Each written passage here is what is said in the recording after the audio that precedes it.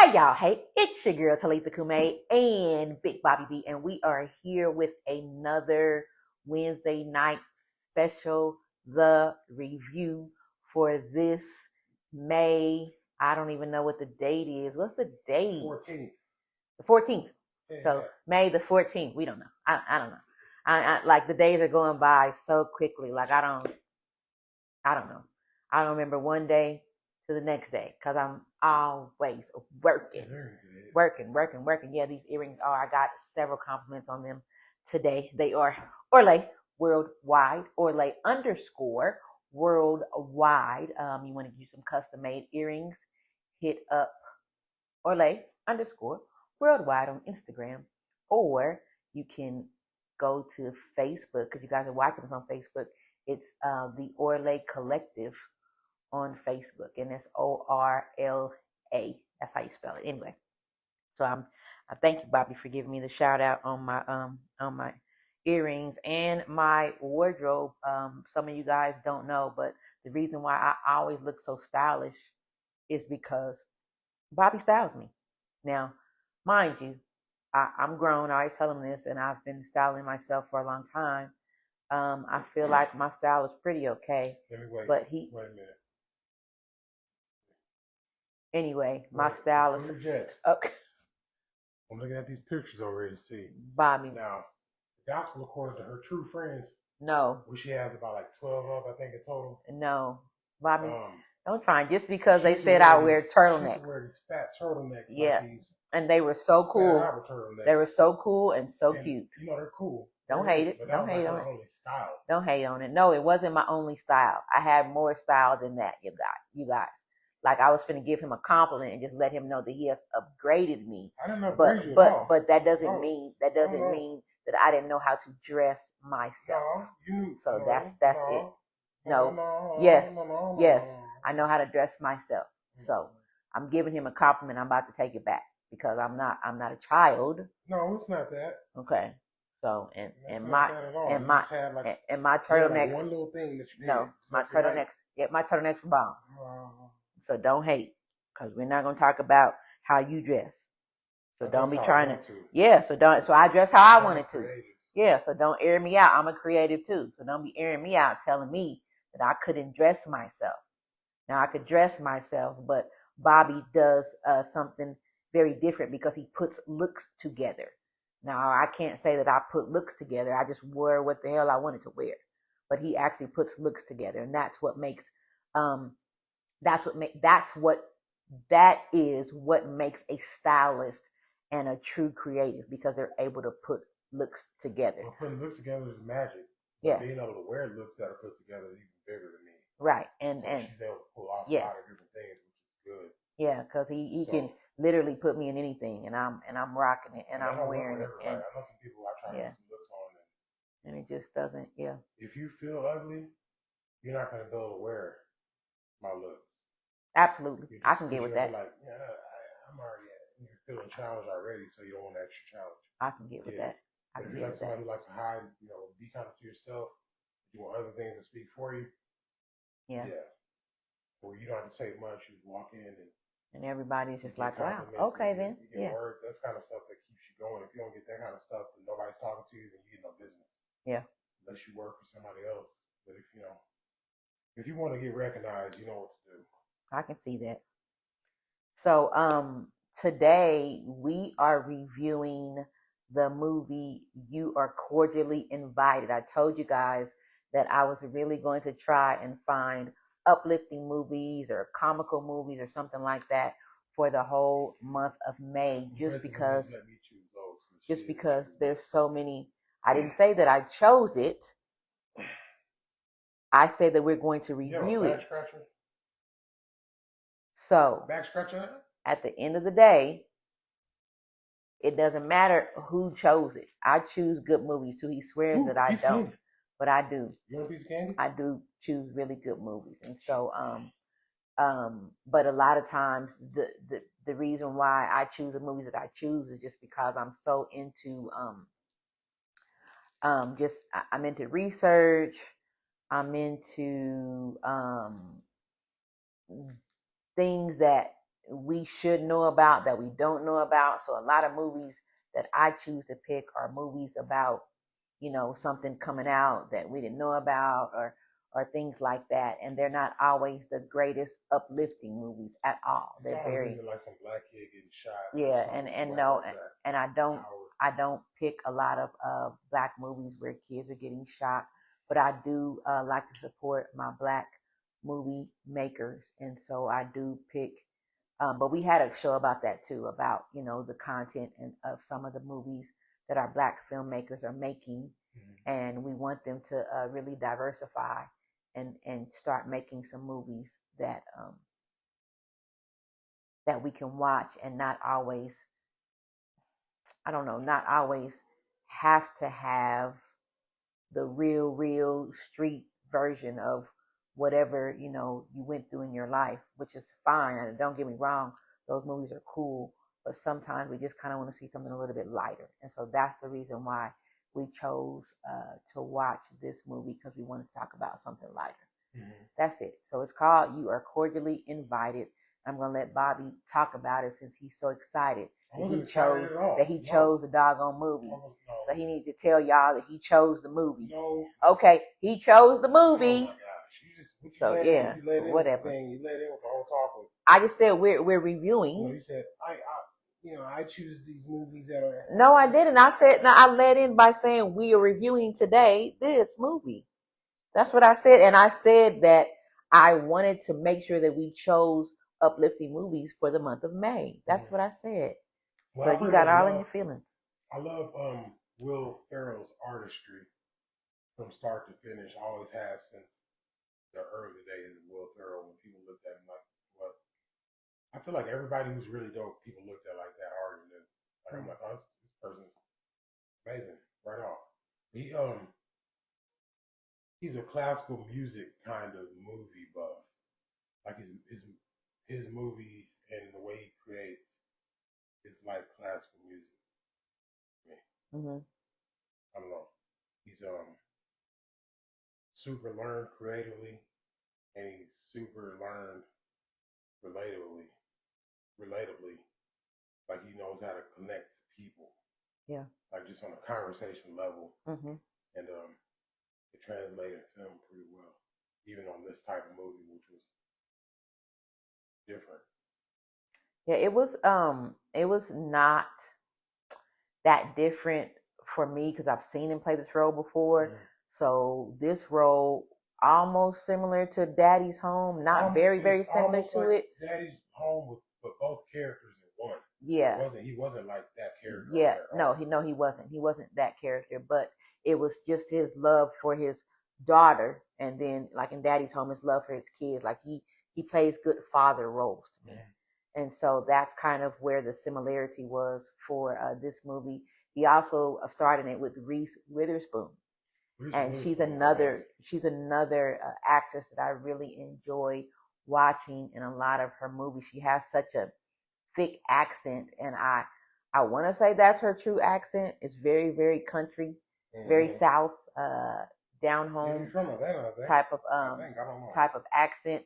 And so in this movie, it was about a wedding, and it was absolutely, it was about a wedding, and so the characters played opposite one another because their family members were getting married, and so the movie is just basically about them planning the wedding for both of their different family members and how that transpired throughout the movie. I will say that Will Ferrell has such a way of being seriously funny by being serious. It's just the weirdest thing. Like he's so funny that he can do this.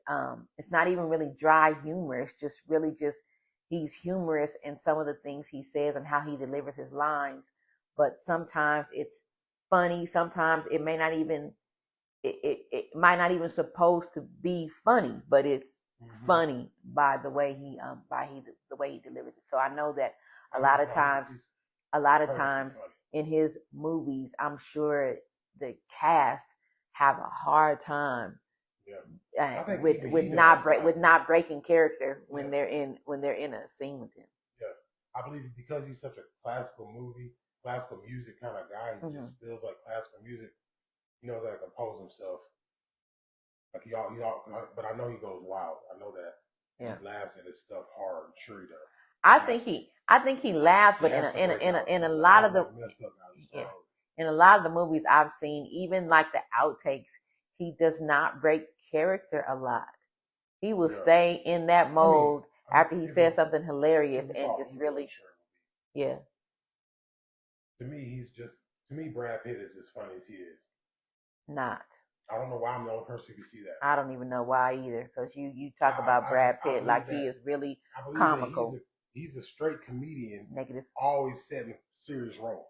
Maybe so. He's hilarious. The dude's a funny dude. Maybe so, but I've never seen him really. I've never laughed at him comically in too much of anything that I've seen him in. His expressions, everything. He plays to the tune. He falls in the pocket comically to me. Everything he's in is funny. Hey, let's talk about Meredith Hagner, also on this movie. Talitha didn't know who she was, but I remember her from Bad Monkey. I never saw Bad Monkey. Yeah, she's a good actress. Yeah, I never saw that. That's that lady right there. Yeah. Okay. Yeah. She doesn't take photos very well. Like you wouldn't be able to tell this is her. Yeah. From the movie. Like her photos don't look very good. I can tell that that's her. Really? Yeah. She just doesn't. So she played, what's her name? Meredith Hagner. She played Reese Witherspoon's sister in the movie. And so I didn't see a whole lot of people recognizable in the movie. Like a lot of new actors were in the movie, and it just came out. It just came out 2025. But I think that they did a good job in pairing Will Reese together, and then a lot of the younger actors that were in the movie by giving us a young, older cast for them to play off of each other. Nick Jonas did something in that movie that was incredibly relatable. Nick Jonas. As soon as you see it, if you've seen this, you've seen it. Nick Jonas is. It's like he went and practiced and studied, or he grew up in it. And he is from that, so he grew up in it. He's in the Bible Belt, so he did that. Yeah, so he had a cameo in it. So yeah, he was pretty actually funny. He was actually funny in the movie. Yeah, he's funny. He's funny like Brad Pitt to me. But we don't want to tell you any more about the movie because we really want you to go watch it. Really good, feel good family movie. It wasn't a whole lot of cursing in it. Yeah, it was. It wasn't a lot of I mean, it's cursing because it's Will Ferrell, so it's cursing in it. The way he started cursing the very first 5 minutes of the movie will trip you out. Yeah, that part will trip you out as soon as it happens. You're like, whoa. So I would say when I say it's not a lot of good, she didn't know and not a lot of cursing in it is because it's not the cursing used in comedy is just a little bit different. Like I said, Will Ferrell has a way of cursing in his movies, but it's weird how he delivers it. So it's not like a movie that you would watch and be like every other word is like, oh my gosh, it's really difficult to watch. And so that's what I mean by not a lot of cursing in it that makes you be like, oh my gosh, this is too much. It was a lot, but she didn't hear it. And so that's possible. Delivered like a burning mat. That's possible that it didn't. That said no, saying, nah, I just didn't catch it. Yeah. Creative in doing it. Well, okay, so it's a lot of cursing in it. So Bobby says there's a lot of cursing in it. But it's a pretty wholesome movie other than that. Not a lot of sex in it, different things like that. And so for me, I would give the movie I'm gonna give it a 4.5. I'm gonna give it a 4.5. I really enjoyed the movie. Yeah. I really enjoyed it. So this is a movie. It's only rated R because of the cursing. So. You Are Cordially Invited, starring Will Ferrell and Reese Witherspoon. Really cool, feel good movie. Have you laughing. Yeah. Throughout the movie, and then after the movie is over, it's just kind of it's not it's not one of those type of movies. It's a really feel good movie. And so next I want to talk about, and it is on, was it Prime? We didn't put what it was on. I want to say that it was on Prime, you guys, but I don't know.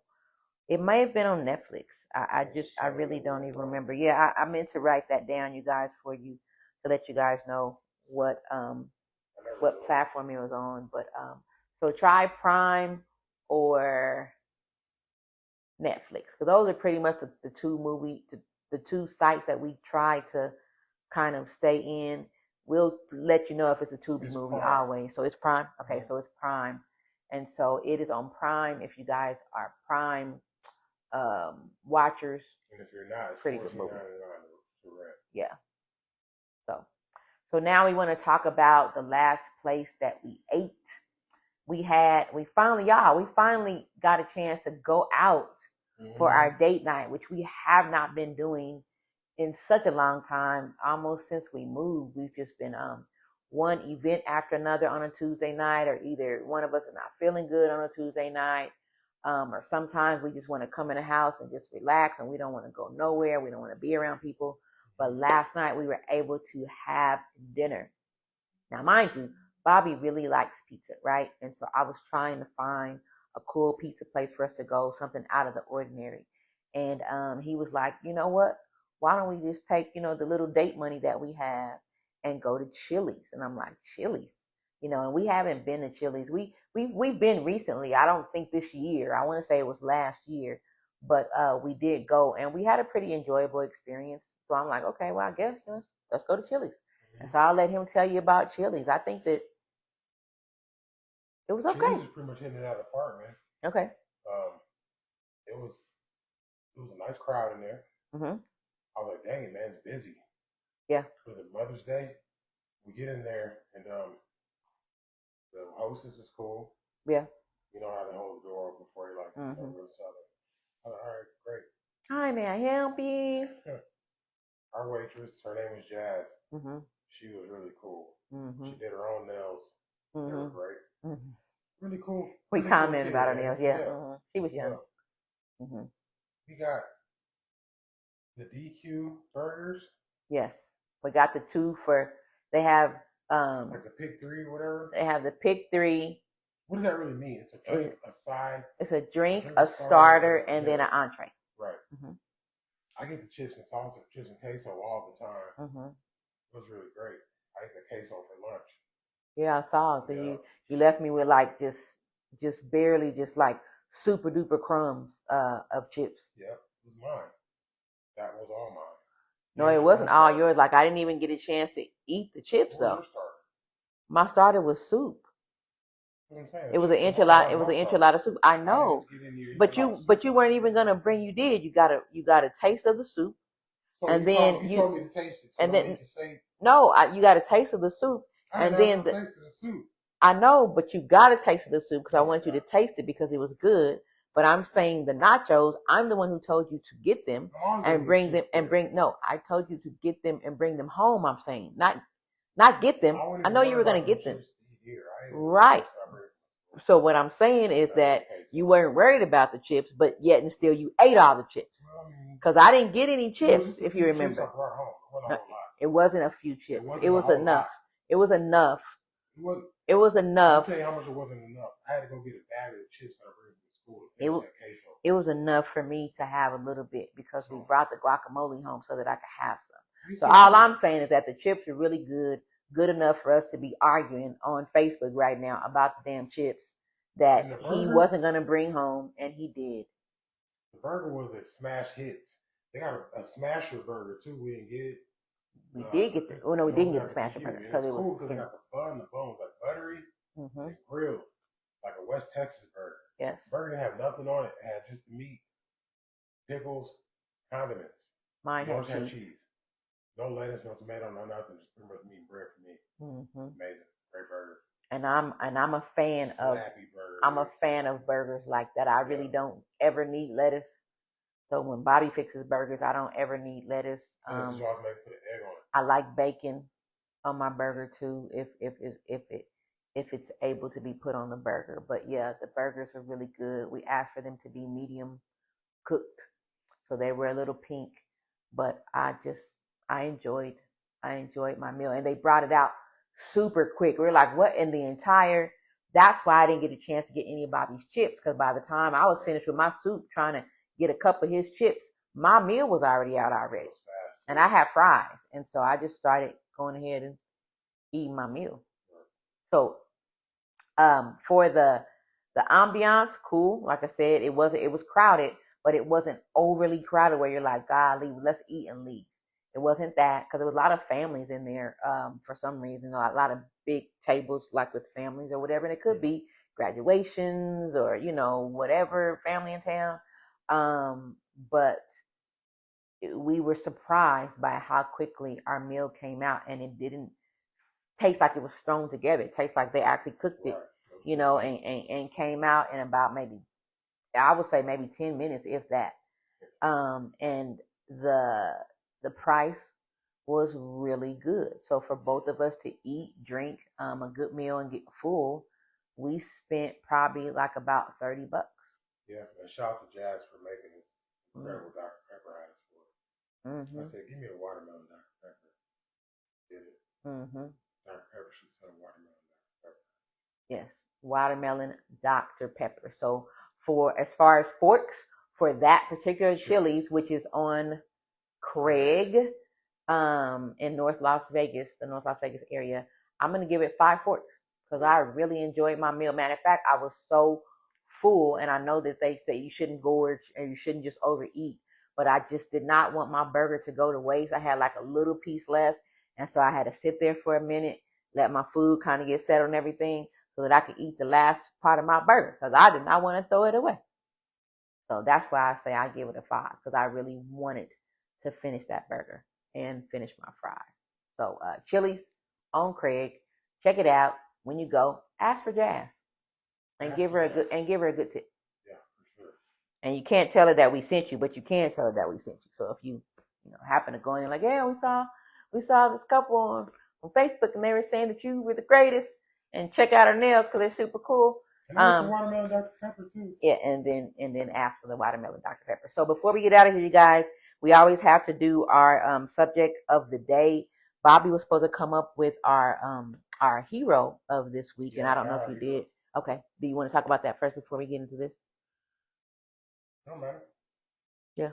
I want to shout out Quan 5'9". Quan the 5'9". Quan 5'9", man, is one example. He's one of the most solid examples of a male believer that I've seen and met in my life. And who is Quan the 5'9"? Quan the 5'9" is the owner of Gorilla Cross Media Studios in downtown Las Vegas. And his example is pristine. He not only got but he got understanding. He understands what he's doing, and he does great work. Yes. And he does great work like it's effortless, and that it just flows through him. And he serves people with that same light. And it's like, to meet a male like that, that professes to be a believer, is now becoming so few and far between. He's such a servant of like just people.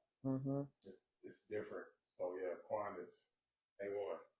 So it's Gorilla Cross Studios, I believe it is, if you look him up. And that is the podcast studio that we were actually formerly on for the last almost 2-3 years. So we have been with Quan, and we decided to step away for a little bit because we have a lot of stuff going on.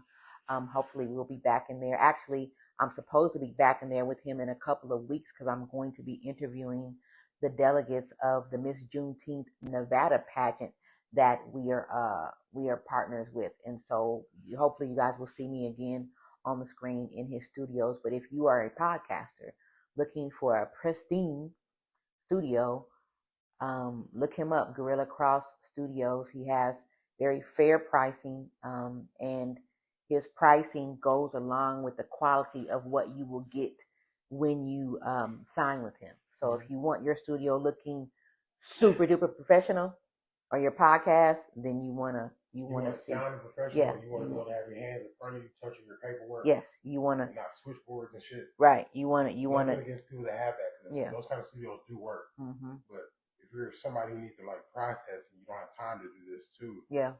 you don't want to sound like Flutter. Yeah. You want to go. You You want want to to go go high. with Quan 5-9, and also I appreciate the fact that him being a believer, he doesn't stifle others who might not want to talk about religion, or they might not even be believers, but they want to be able to have a voice. So he doesn't just do spiritual or religious podcast. He actually I think his lane is sports. So he loves sports and he loves music, and so that's kind of his lane. But he allows people to come on there who just kind of want to use their voice to talk about whatever it is they're talking about. He just, he requires you to be professional and be about your business. Because his faith is so pure to me because he first loves people. Yeah.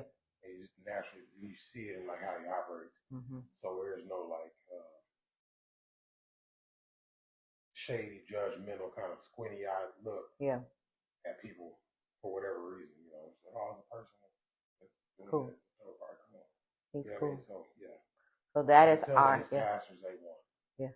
So that is our hero for the week. And so we're just going to talk about something that I saw on Instagram. I'm always trying to find something for us to talk about, you guys. And so while everybody's talking about Diddy, who cares? Even though I am, kind of seeing stuff pop up or whatever. But Did he do it? Yeah, he did it.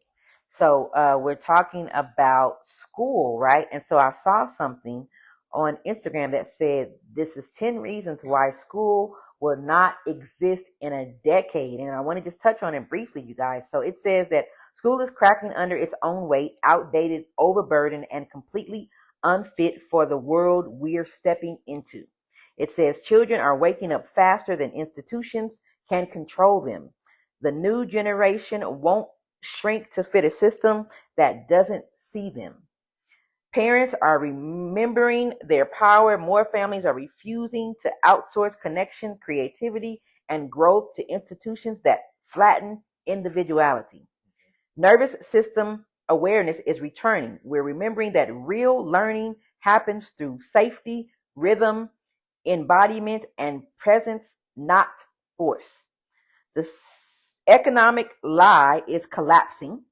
People are realizing at a degree doesn't mean stability and questioning why they keep feeding their kids into the pipeline. Community led learning is rising. Pods, collectives, mentorship, unschooling, field based learning. Is it unschooling, field based learning? This is the future, and it's already happening. It says technology's already moved past traditional education. Kids can learn more in one afternoon of freedom than in a year of compliance. The mental health crisis is undeniable now. We're done pretending it's normal for children to be anxious, shut down, or burnt out by age 12. We're done calling trauma socialization. Children shouldn't have to abandon their bodies just to survive the school day. Wow. And then the last one is school has become completely irrelevant, designed for all designed for all industrial world that no longer exists, still churning out obedience in a time that demands creativity, agility, and truth. So those are the 11 reasons why they say that school will not be around in about a decade. And I just wanted to get Bobby's opinion because, as you know, we both work in schools. And so I just wanted to know your opinion on what you thought about that. Well, I think anybody born in the early 80s understands that school, I don't know, a lot of us. School sucked for me. I hated every ounce of it. Okay. I already felt it was dumb and useless. And maybe because I didn't need all that extra sit down, walk in the line structure, because I got enough of that at the house. Most of us, a lot of kids, you tell now, I'm in the schools actively now, and the kids, I can tell the kids who don't have any of that at home, they need to be there. Okay. They need to be in there so that way they can get those type of things. Okay. But as far as education goes and learning stuff, 3 years, these kids will be teaching teachers, and teachers will be having to figure something else out because it's not. There's nothing. They don't carry books. It's already like a system that's not set up for that anymore. Book bags are not book bags. There were book bags when we were growing up. We grew big backs because of it. Our legs are strong because we had biology books the size of like original Bibles. You know, in all our books. We had 4 of them we had carried big books. These kids don't do none of that. They don't even carry library books anymore. So they gotten away with books at schools? I mean, I haven't seen any.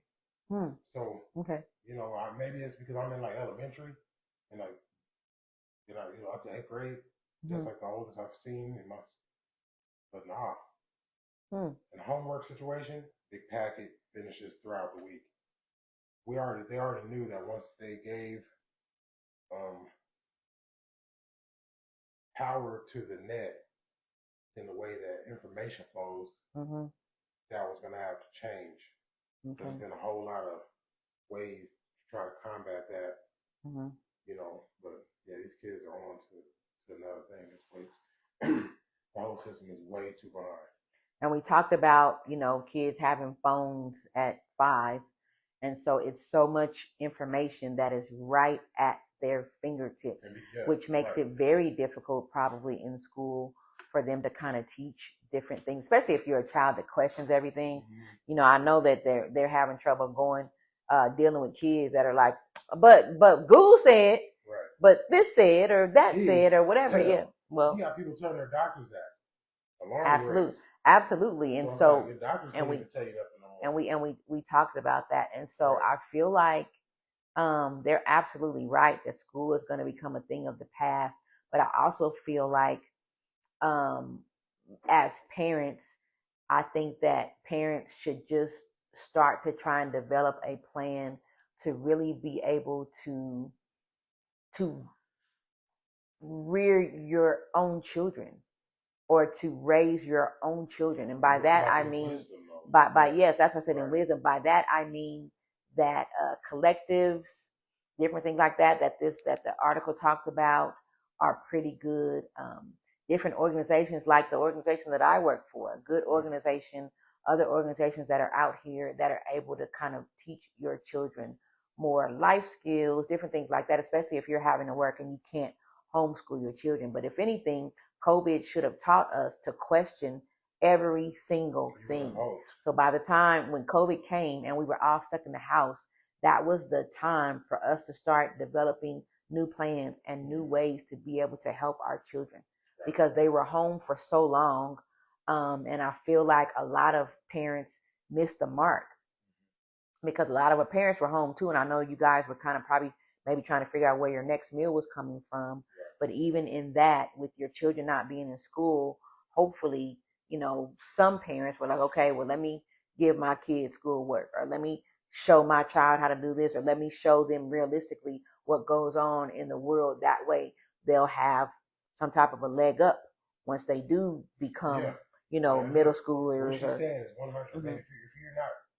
If you're not right now actively pushing your kid towards some sort of extracurricular in some sort of way or fashion, you're just raising and creating another problem. Right. Now, if that child ages up and decides to now not be a problem and figure out how to move and operate in their way and be useful, then kudos. But if not, you're just creating another assistant bound, gimme,